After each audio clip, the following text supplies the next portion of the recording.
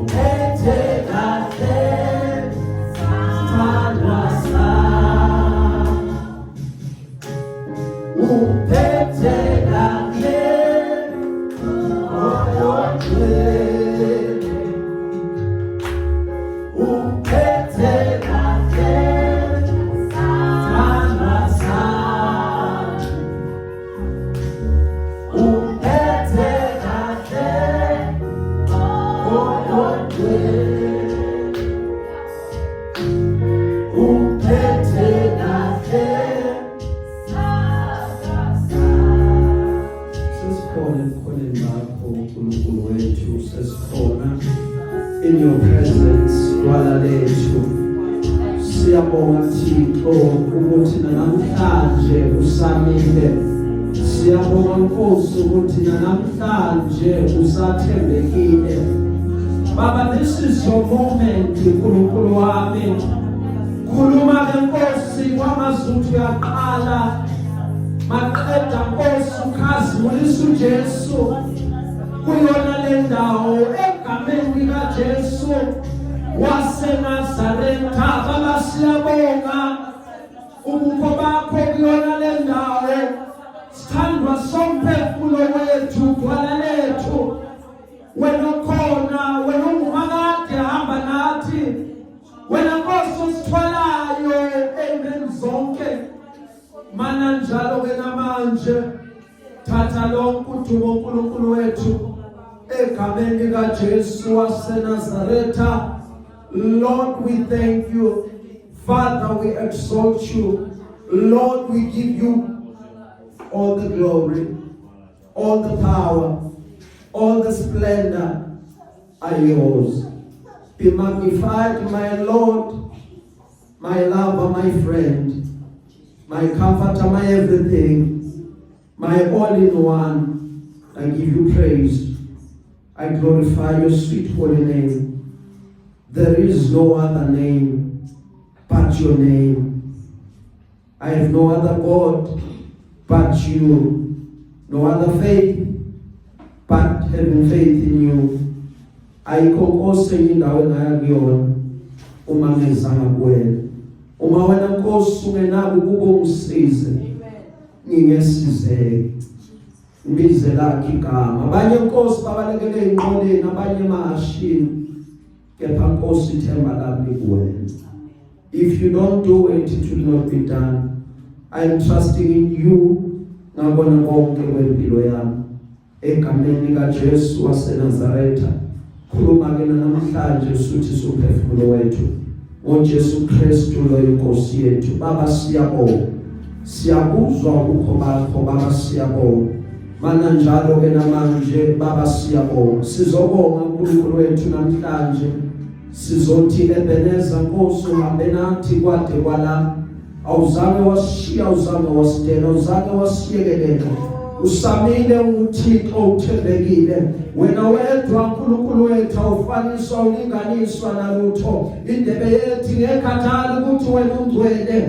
Indebe yethu ngekhathali ukuthi bayethe kuwena. Bayethe wena ukhona. Bayethe wena ozayo. Bayethe wena ulama lethu lokulunga. Bayethe wena iqhawelembe. Bayethe wena uJehova wezindlela. Siyabonga Nkosi. Thatha lokhu udumo namanje. Khazimulisa uJesu, siyathemba thina njalo.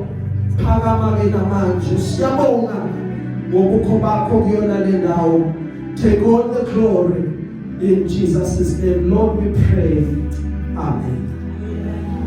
Asibingelele bazalwane ngenkulu intobeko egameni lenkosi yamakhosi, egameni lomfelo wami uJesu Kristu.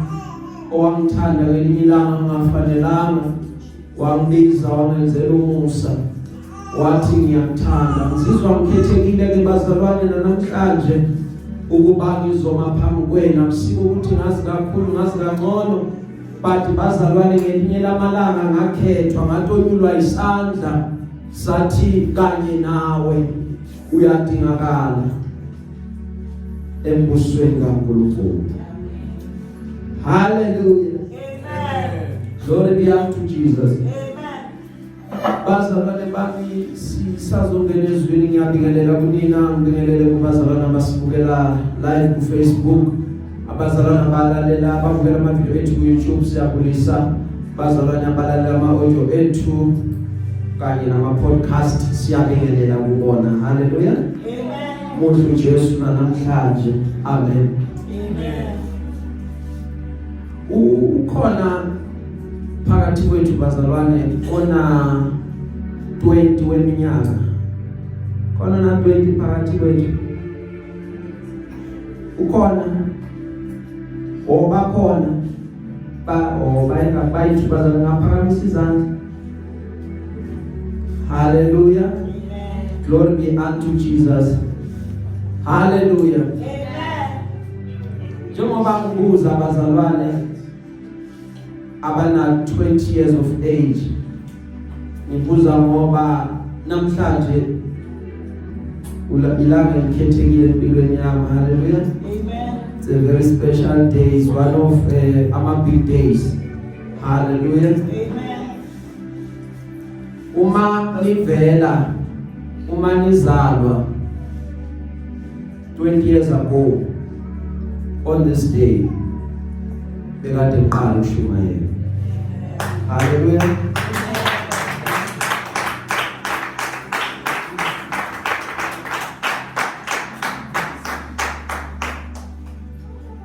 Isi 20 minyaka abazalwane, 20 years ushumayela ivangeli. Hallelujah. Amen. Angikwazi okunye anginaye omunye. Amen.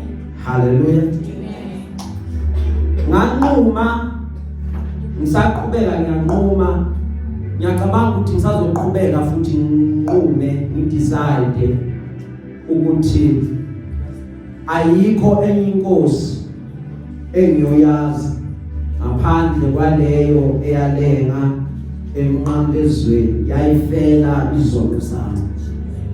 Uthi Jeremiah umekhuluma, Nkosi ungiyengile nami ngayengele, athulwe nami wahlu.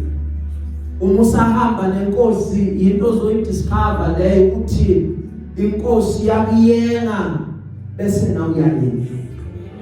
Ilwe nawe inkosi maqeda bese yakuhlula ukuze uthabathe ijoka ulithwale.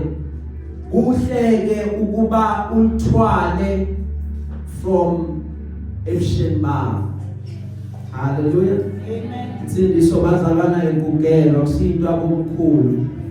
Hallelujah. Amen. Yinhle noma uyithola omncane. Hallelujah. Amen. Ngaqala ukushumayela 2005. Angaze ngenze okunye.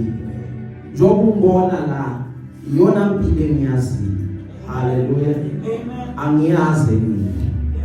Glory be unto Jesus. Amen. Ngalokho ngiyathoba kakhulu enkosini bazalwane. Amen.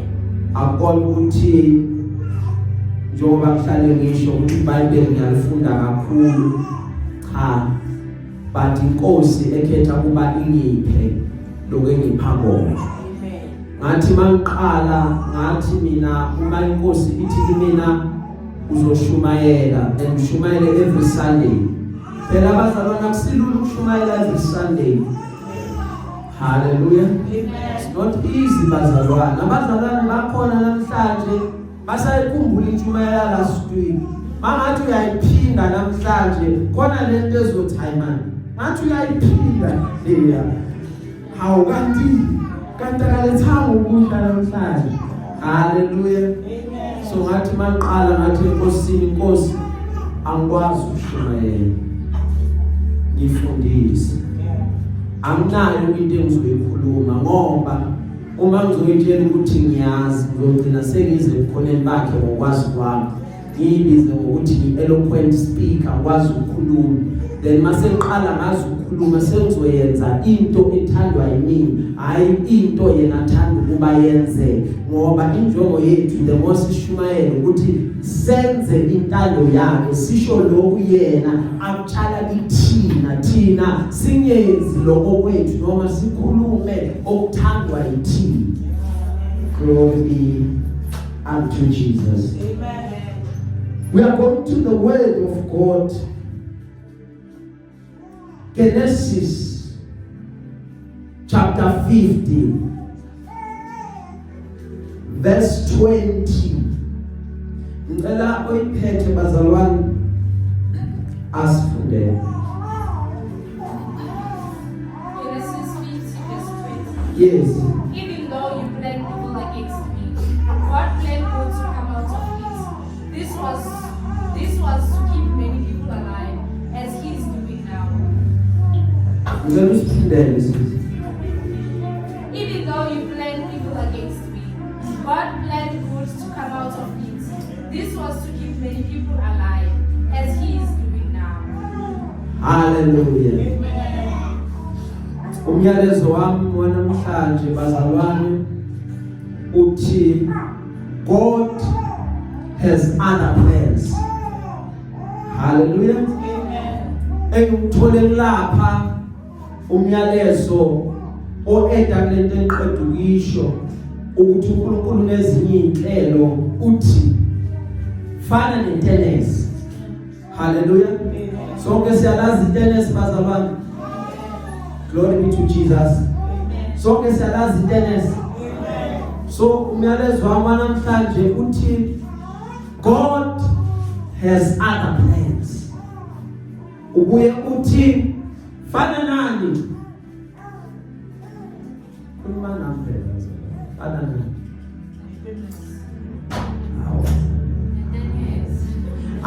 Asipinde basiqale kabusha. Fana nani? Fana nani? Fana nani? Ansonke siyalazi. Hallelujah. Mawuphuma la uzozwa ufane nalo kanjani. Amen bazalwane.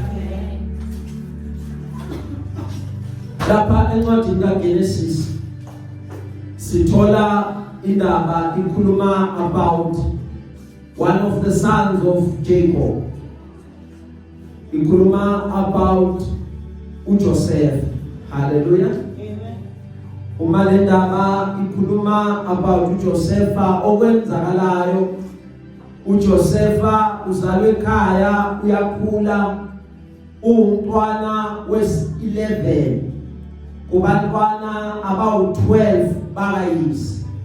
Lithi iBhayibheli uma eloku ekhula njalo ubaba uyamthanda, umthanda ngendlela ehlukile kunabafowabo. Uyazi ubaba ukuthi abafowabo benza izinto engafanele, but uJosepha uhlukile kunabafowabo ngoba lithi iBhayibheli ubethatha impiko ayibikise kubaba, ayoripota kubaba ukuthi abafowabo benza njani. Angechaze na into bazalwane, our expectation most of the time silindela ukuthi imindeni yethu izosithanda esikhula nabo, whether be it abafowethu, whether be it odadewethu, si expect ukuthi ngoba sikhula endaweni eyodwa bazosithanda, ngoba savunda sibeletho sinye bazosithanda. But most of the time akuvamanga ukuthi that is the case. Uma bethanda bazalwane nganjelwa amazulu siyabongela. But abafowethu nodadewethu kuba nalento enza ukuba bangasithandi kahle, ngoba ukulifunda iBhayibheli lithi ngenxa yokuthi ubaba ubemthanda bamzonda, ngenxa yokuthi ubaba umthungela ibhanti inzondo yabo yakhuphuka kakhulu. Akubona ukuthi nabo amabhanti abanawo banawo, but for the mere fact ukuthi lele lakhe is a jacket of many colors or a coat of many colors yenza ukuba bamzonda. Kahle kahle ngizama ukusiza wena ukuthi yile eyenza abantu ukuthi bakuzonde. Ngifuna uyiqonde uunderstand kahle ukuthi abakuzondi nje, ikhona le asebayizwini. Hallelujah. Now inzondo yabo yakhula, and then lapha ku-37 athi kubafowabo, bafowethu iphuphile. Nali iphupho engiliphuphile. Okokuqala senza ithungo, and as we're gathering our sheaves, lawo wenu wakhothama elamlama. Bathi askisi uthini? Ushuthi thina sikhonze wena. Amen. Thina sikhonze wena uyabheka. Lithi iBhayibheli wabuye waphupha nelinye iphupho. Wathi namhlanje uphupho okuhlukile. ngiphuphe ilanga nenyanga nezinkanyezi zimkhothamele. Wathi uJakobe ukuzwa lokho ushuthi mina nomamakho nabafowenu sokhothamela wena. Bathi uma bembona eza abalethele ukudla baqeda bathi nanyanga yamaphupho yes. Lithi iBhayibheli bakhanda amasu wokuthi singambulala kanjani. But there is one person who is the firstborn ogama lakhe uReuben wathi bafowethu let us not kill him ngoba uyigazi lethu. We cannot do that. Once ifamily yahlangana ngawe, once abafowethu baqala baphendukela, uyabe khona lo othi man noma lo ngamzwisisi makusese ingane yasekhaya. Why uReuben wathi angabulawa? Lithi iBhayibheli ubekade ubekade ahlele ukuthi uzohamba yomkhulula. But now why uReuben kuba uye othi masingambulali uJosepha? It is because the name Reuben means see the sun. So he saw the sun. Wathi ke akangabulawa. Umeza uJosepha ufika abafowabo bathatha ukudla. Abafowabo bathatha isikhafuthini yena bamfaka emgodini. Ngiqaphele into eyodwa ngabantu ukuthi abantu bayathanda lokoza nawo nethi inkinga yabo inawe. Kahle kahle inkinga yabantu ukuthi lokoza nawo kuza ngobani. Akukona ukuthi abafuna ukwamukela, akukona ukuthi abafuna ukukuzwa, akukona ukuthi abafuna ukuvuma, but inkinga kuza ngobani.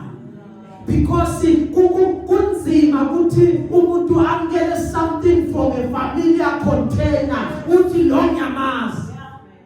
uJesu wathi eshumayela babanenkinga bathi akusiye yilo the son of a carpenter. Because abantu history bayithanda and bayithanda la ibabenefita khona. Hallelujah. Amen.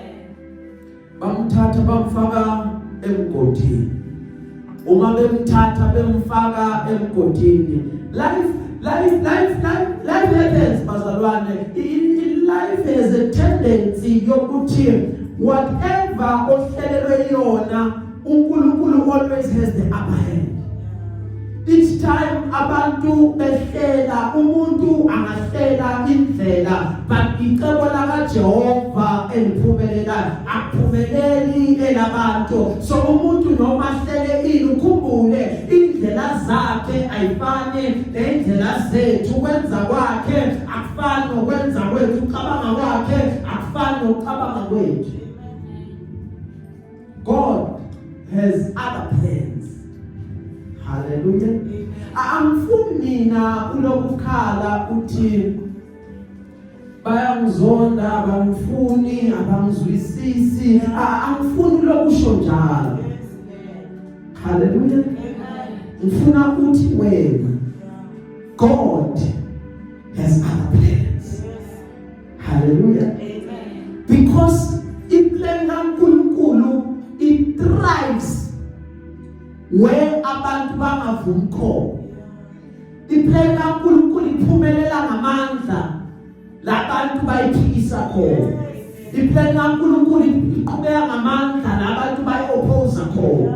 Labantu bathi ayikho le angeke yenzeke kula inqobo laNkulunkulu iphumelela khona. So in other words, awudingi ukuthi babe sekhoneni lakho labantu ocabanga ukuthi uyabadinga. Ngoba kahle kahle uNkulunkulu afuna ukusebenza ngawe, uzosebenza noma bengekho. uJehova uzoyenza into afuna ukuthi ayenze. uJehova uvamisile ukuthi kube khona abantu abahlekisayo. uJehova uvamisile ukuthi kube khona abantu abathulisayo ukuze icebo lakhe lifezeke empilweni yakho.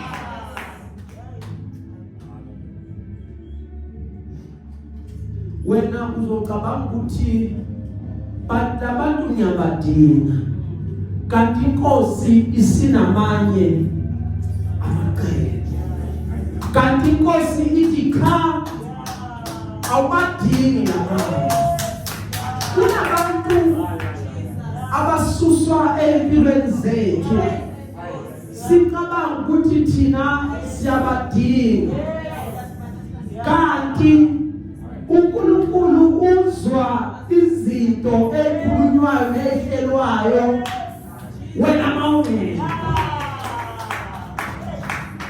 bese anciphisa inyawo zalo muntu. Uma ngaluthi wena kanti menzeni, kanti amazulu sekunento ayibonile ukuthi the more eqhubeka aba invested kuwena kunento eyolimali. Hallelujah. So ukuze kuvikeleke icebo, ithi lento wena you contain precious cargo, wena awuphethanga noma ngabe yini, ingakho ufune kuba ungahambi futhi nanoma nobani.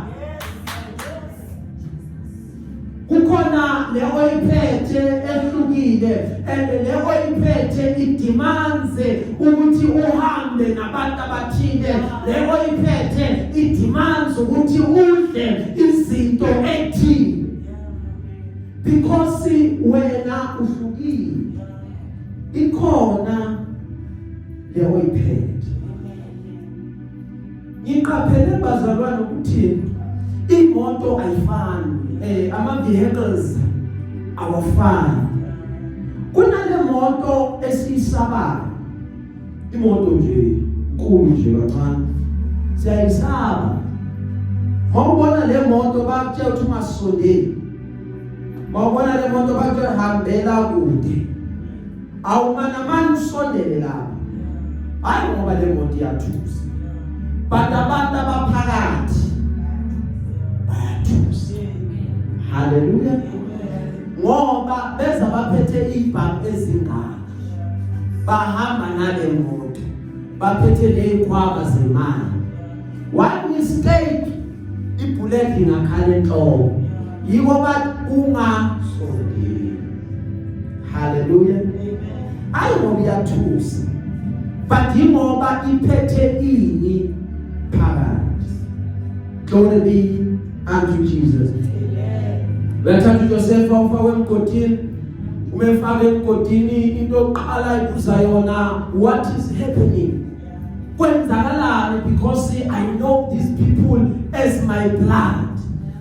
But the more you notice ukuthi kule mpilo esiphilayo bazalwane, blood is no longer thicker than water. Hallelujah. Now you find ukuthi sekhona izinto ezishintshile ngoba la emndenini imindeni ayisaswani. Blood is no longer thicker than water ngoba abantu ohlethwa yibona kakhulu yilabo ozalana nabo, but abantu abakuvikelayo yilabo kuba abangani bakho abathola endleleni njani. Because you expect ukuthi lo yoba udadewethu, but akayidlali indima yokuthi abe udadewethu, instead ufuna phansi, akafisela okuhle. Uzwa la ekhulumeni kwakhe ukuthi ina manje lokuthi inkulumo zakhe kahle kahle akangifuni. Hallelujah. Bamfaka emgodini, Joseph is wondering what is happening, because these are my blood brothers. Uma bemfaka emgodini bamfundisa into eyodwa, ukuthi mawusemgodini awubheke emaceleni ngoba emaceleni vele kumnyama, but ubheka phezulu la usizo lwakho luvela khona, ngoba lokho okufake from phezulu kuzokhipha futhi from phezulu.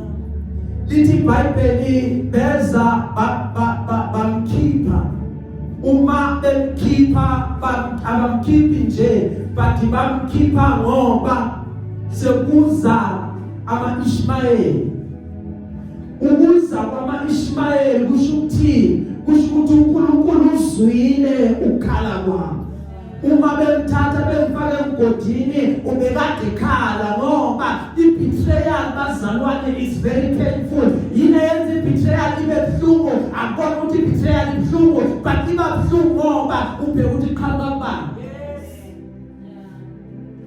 Hallelujah.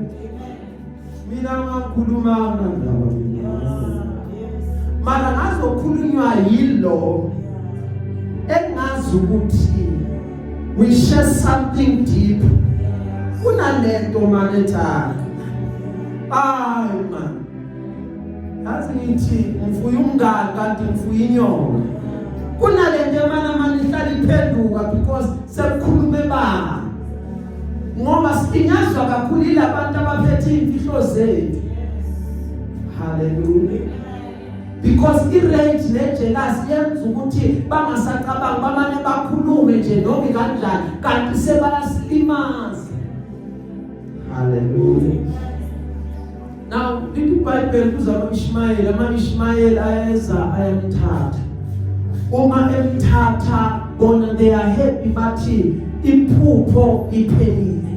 Siqedile ngenyanga yamaphupho no more. Kanti bona bazi ukuthi ukumfaka kwabe emgodini ukumthatha bamthengise kuma Ishmael basheshisa ipheli kaNkulunkulu bathi ngamanye amagama ebofezeka ngoba uJosepha bekayoqhubeka hlala ekhaya icebo laka Jehova bengenize lifezeke empilweni yakhe ngoba bekazoba comfortable uma bebakade bamthanda uma bebakade bamphatha kahle bengeke azabone isidingo sokuphuma ekhaya but ikhuluma kabi kwabo kumenze waphuma ekhaya udayiswa ibona kumenze waphuma ekhaya wabona ukuthi akusenaye umuntu omename kuphela uJehova osemazulwini kanti icebo liyafezeka uma bemkhiphe ekhaya.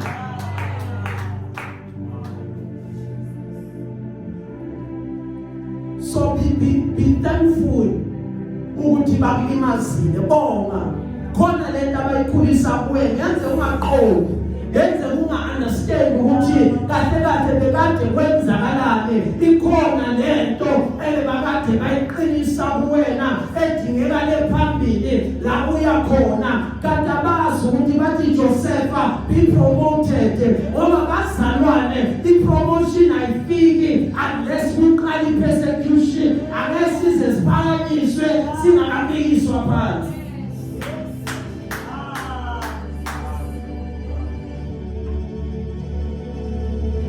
Uzothi kuwena fana netennis. Itennis bazalwane angisoke sidalazi the more ushaphansi kakhulu the more yaphezulu kakhulu washaphansi kancane lizophakama kancane akuthi the more bekheta the more beshaya kakhulu baqeda uphakame kakhulu ungabanikezi leyo satisfaction ukuthi sekuphelile nawe yala utakapheli ngami ngiyaphakama fana netennis. Itennis lirelaya kumandla walo olphethe ukuthi lo olphethe uthi uyashaya abone liqhuma yaphezulu kakhulu. Lithi itennis sawunike samandla wokuthi ngifinyelele kuma heights ebekade ngeke ngifinyelele kuwona unless wena uphonse phansi.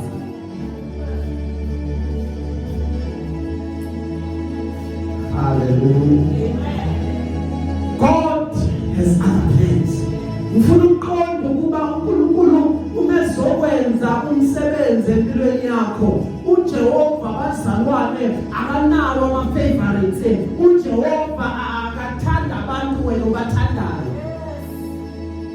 uJehova ngeke athi makafuna ukubusisa afuna ukukuhambela ayokhuluma nalo muntu wena omthandayo. Hallelujah. Sisonke bazalwane.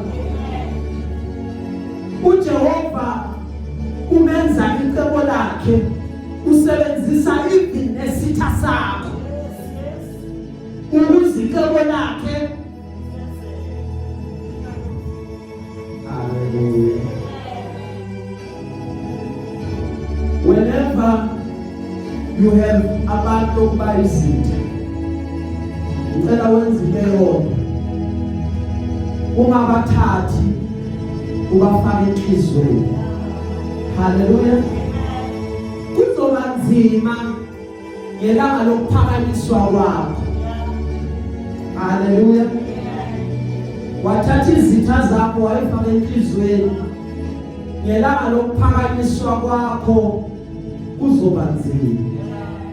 uJobe lithi iBhayibheli kufika abangani bakhe bezombona, they were his friends. But lithi iBhayibheli ukukhuluma kwabo akubanga kuhle. Omunye uyabuza ukuthi Jobe kanti wenzeni phambi kwaNkulunkulu? Uthi yabo ibekuyimi mina bengiyakumfuna uNkulunkulu. uNkulunkulu bengiyakuyibika indaba yami. Yemthembekile ukuthi amthethelele onini. But hayi Jobe angeke ushaye kangaka ndoda. Ungonanga khona lo uyenzile. Lithi iBhayibheli ngasekugcineni uJobe sekabatshela athi akukho engikwenzile. But mina ngilomthemba uNkulunkulu ukuthi ukhona. Lithi iBhayibheli ngasekugcineni before uNkulunkulu azombusisa lapha u42 uthi uNkulunkulu lithi iBhayibheli uJobe wathandazela abangani bakhe before the blessing came. Hallelujah. uJobe wabakhulekela, then the blessing came.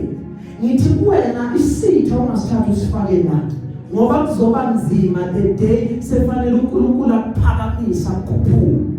Ngoba kungenzeka uSimakade adinge wena ukuthi uhambe uyobusisa izitha zakho.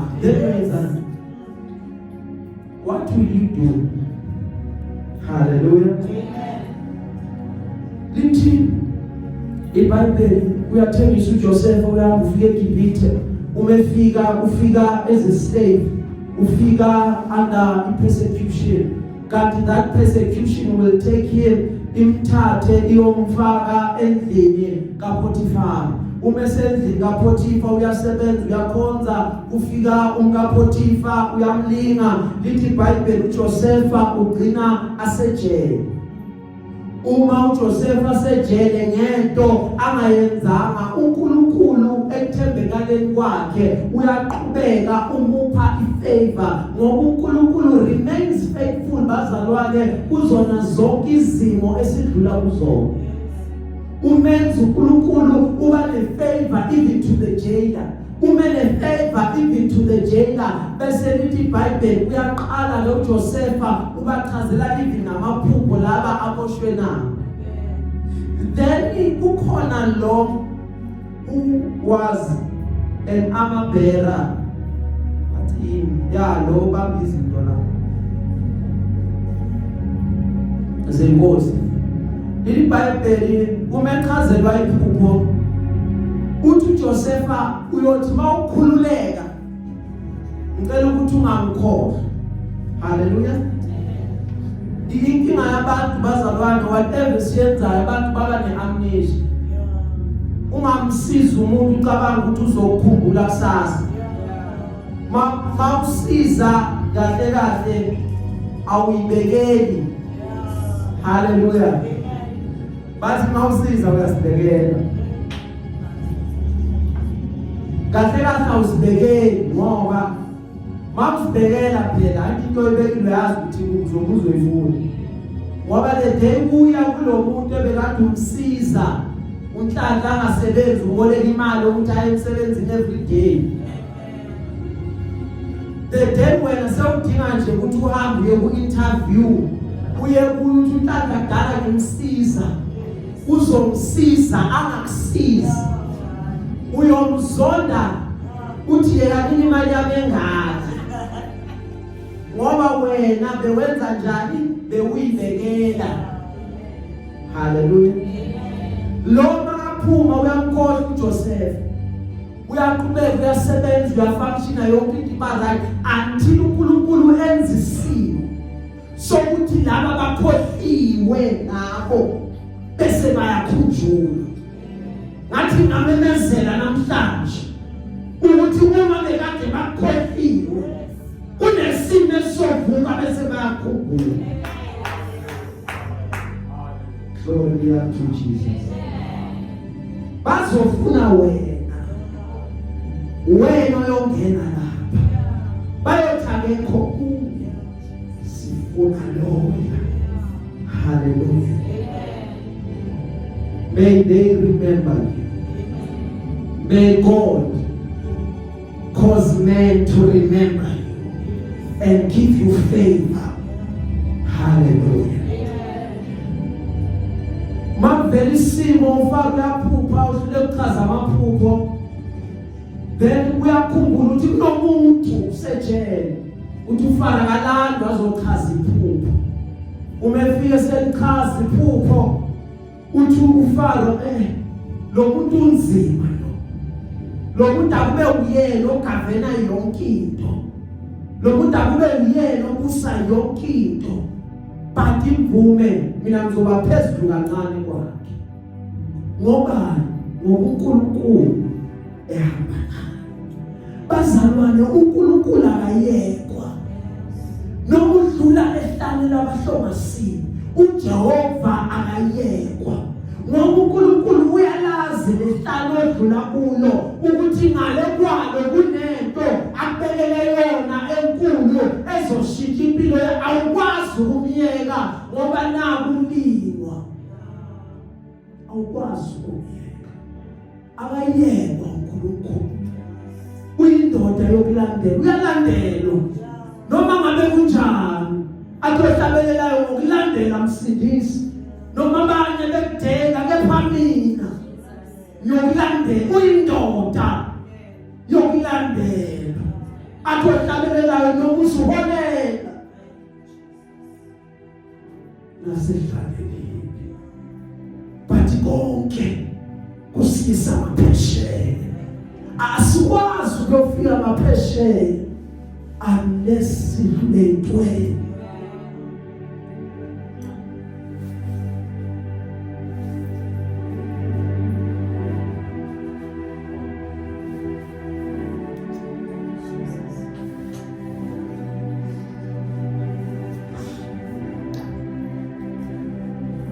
Hallelujah. Amen. Asikwazi ukufika amaphesheya unless upastor stuff. Beka uba i-Prime Minister uJosepha, umese i-Prime Minister seshilo ukuthi kuzoba khona indlala. Uma befika abafowabo abamboni, yena uyababona. Ukhuluma kuwe interpreter, bona bamboni. Uma befika kuyena benza lento abatshela yona. Lapha ku-37 bafika bayaguqa, bathi mana njalo Nkosi. Inthumo zabo ziyalala, esakhe siyama. Ababoni ukuthi uNkulunkulu wasebenzisa thina ukuze icebo lakhe lifezeke empilweni kaMfowethu. Uyababuza athi ekhaya bangaki, ngoba banamanga, amanga bazalwane. Bathi yabo ekhaya wena ongangenkosi, sasikade manje siu-11, sasikade siu-12. Uthi how nani u-12 kwenzakalani kulo wesi-12? Athi hayi Nkosi, wadliwa yilwane. Kanti ababoni bakhuluma kuyena. May God confuse your enemies. May God confuse your enemies. Baphandleke bangasabo. Hallelujah. Hallelujah. Uthi hambani nilandele omncane uBenjamin.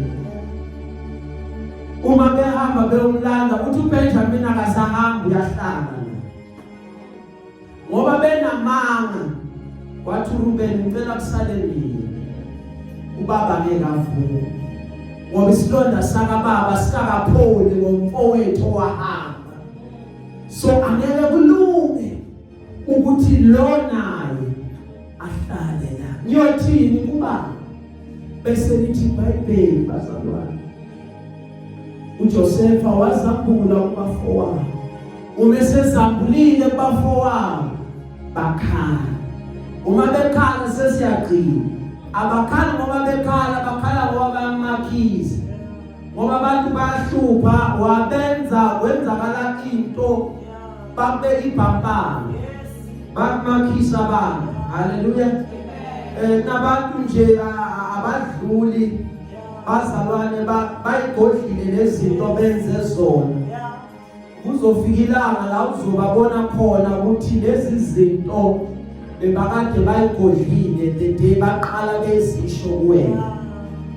Uma belandu baba buyafika uthi kubona hambani kuFaro, ufethe uFaro nithi makaniphe umhlaba ngoba ayikho into enikwazi ukuyenza.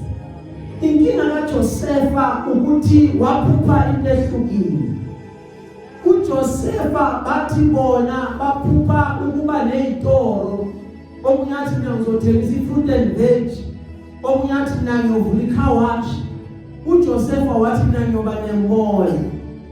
Bathi uthi mall into esithatha thina sonke angeke. Ukhathwe iphupho lakhe kubafowabo. Kunalento abantu abayibona kuwena, mhlawumbe wena uyiboni. Iyona le exabanisa nawo. Bakusondela lento uNkulunkulu ayibeke kuwena. Kunalento okwazi ukuyenza ngokuhlukile. Uthi uqala uyenza bonakala ukuthi sekafikile umuntu okwazi ukuyenza. Bese lento iyabalimaza ngoba bona bakhompyutha nawe. Bafuna ukuhlula badlule wena. Bathi bayahluleka ngoba abantu bazalwane bane-grace engafani. Angeke umenze lutho umuntu one-grace.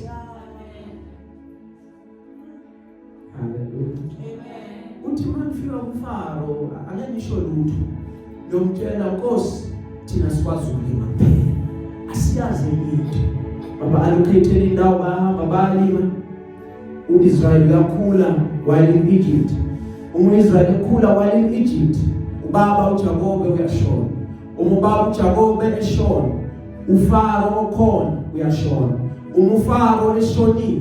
Bakhumbula ibhapala ababekele yona. Bayakuyena bathumela umyalezo. Josefa siyacela mfowethu. Sasingazi ukuthi senzani. Ngoba abantu abakulimazayo wena ngicabanga ukuthi ababuza ubuhlungu ne. Bathi bakhona lento kubona. Ethi lo muntu the day ayojika kunento azombonisayo. Imhlali khona. Hallelujah. Lo muntu angakudelela kwani, umuntu angakulimaza kwani, but ihlali khona into ithi yabona lo ngapolo isinyana saba the day ophenduka khona into engizoyibona. Hallelujah. Now lithi iBhayibheli bathi thina siyikhonzi zakho beza kuyena. Lithi iBhayibheli uJosefa wakhala lapha ku-18. Umekhala ukwabuza umbuzo wodwa sengiyaqeda. Uthi am I God now? Ukuthi mina I can release vengeance. Ukuthi mina nginganishaya njengokunishaya njenganendlela nina ngishaya ngayo. Kungenza umuntu onjani ukuthi ngishaye nina ngihluphe nina ngoba nami nangihlupha. I'm not a person who keeps scores. Ukuthi wangenza isongeso, wangenza wrong nami ngizobuyisa, washaya ngapha nami ngizobuya ngishaye ngapha. Angisebenzi kanjalo. Why? Because I don't have that power. I'm not God. Ubese wathi uJosefa lasifunde khona. Nina bafowethu nankade nihloso kuphi. Nina nanitshelile ukuthi kuyaphela. Kanti lento engihamba nayo yasemazulwini he causes all things whether good or bad ukuba isebenzisane zibe zinhle kwabamthandayo nababizwe ngokwenteko lakhe. Wena wacabanga ukuthi uyaqeda, wena wacabanga ukuthi uyanqwaba, kanti uNkulunkulu ophethe emletheke athi arise from the ashes uphume uye phezulu.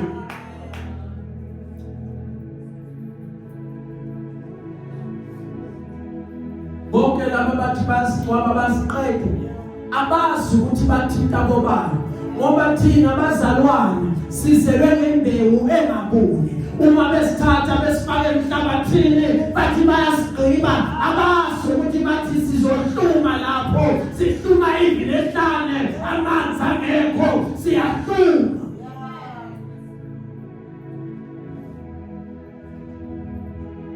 Uthi uJoseph, what you meant for evil, God has turned it around. May God turn your life around. Unabantu abahlelele okubi, may God turn your life around. Unabantu abakhuluma kabi, may God turn your life around. Unabantu abangafuni, may God turn your life around. Bangwamehlabo bebuka uJehova kanjani itafula.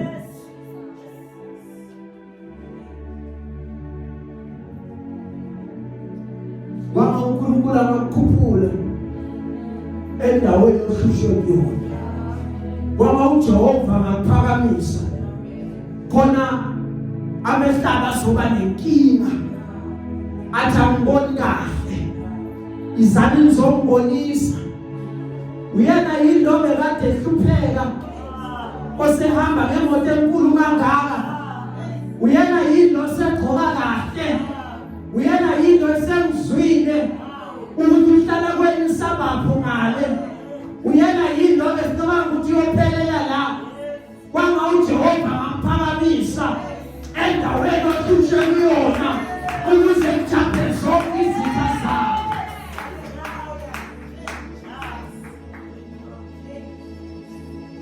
May God turn your life around. May God turn your situation around. uJehova akaqedi inyembezi eminyaka, uJehova akuphi injabulo, uJehova akaqedi ukukhathazeka kweminyaka, uJehova aqeda ukuthula, uJehova aqede ukukhathazeka, aqeda ukumomothela. May God turn your life around. Sengqedile bazalwane bathi ngizothi kinina fana netenesi, ngoba uJehova akenze lutho unless wena ufane netenesi. Uthi ukuhlushwa, ukushaywa, ukuphendukelwa, ujikelwa, uthi phambili ayigo, yikubuhlungu but ngiyaphambili. Fana ne-ambulance ukhaluya phambili.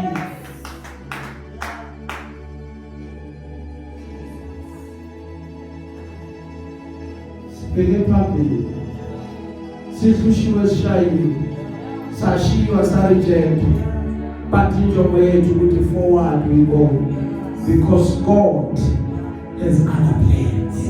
Singaphakama thina sonke bazalwane. Father, we thank you, Lord, we give you honor, praise and glory. Akekho omunye uNkulunkulu onjenganawe. Thatha udumo ke Baba, nangezwi esiye salithola usuku lwanamhlanje. Baba, aliqhubeke lisola, aliqhubeke Nkosi lisiyala, aliqhubeke Nkosi lisiqondise endleleni egameni likaJesu waseNazaretha. Baba, siyabonga namhlanje ukukhunjuzwa ukuthi wena Nkosi noma besihlelele okubi, wena simakade you have other plans. Amacebo akho ngathi Nkosi awokuthi singaphenyi ebuhlungwini kwethu egameni likaJesu waseNazaretha. Baba, siyabonga ukuba uyaqabanga ngathi. Baba, siyabonga ukuba uyaqabanga ngathi egameni likaJesu waseNazaretha. Sibusise Nkosi kuyona yonke indawo nalo myalezo ufika khona. Bless ibandla lakho uNkulunkulu wami, ngoJesu Kristu lo inkosi yethu. Mana njalo simakade ngiyangipha mina Nkosi, phakama njalo in Jesus' name Lord we pray. Amen.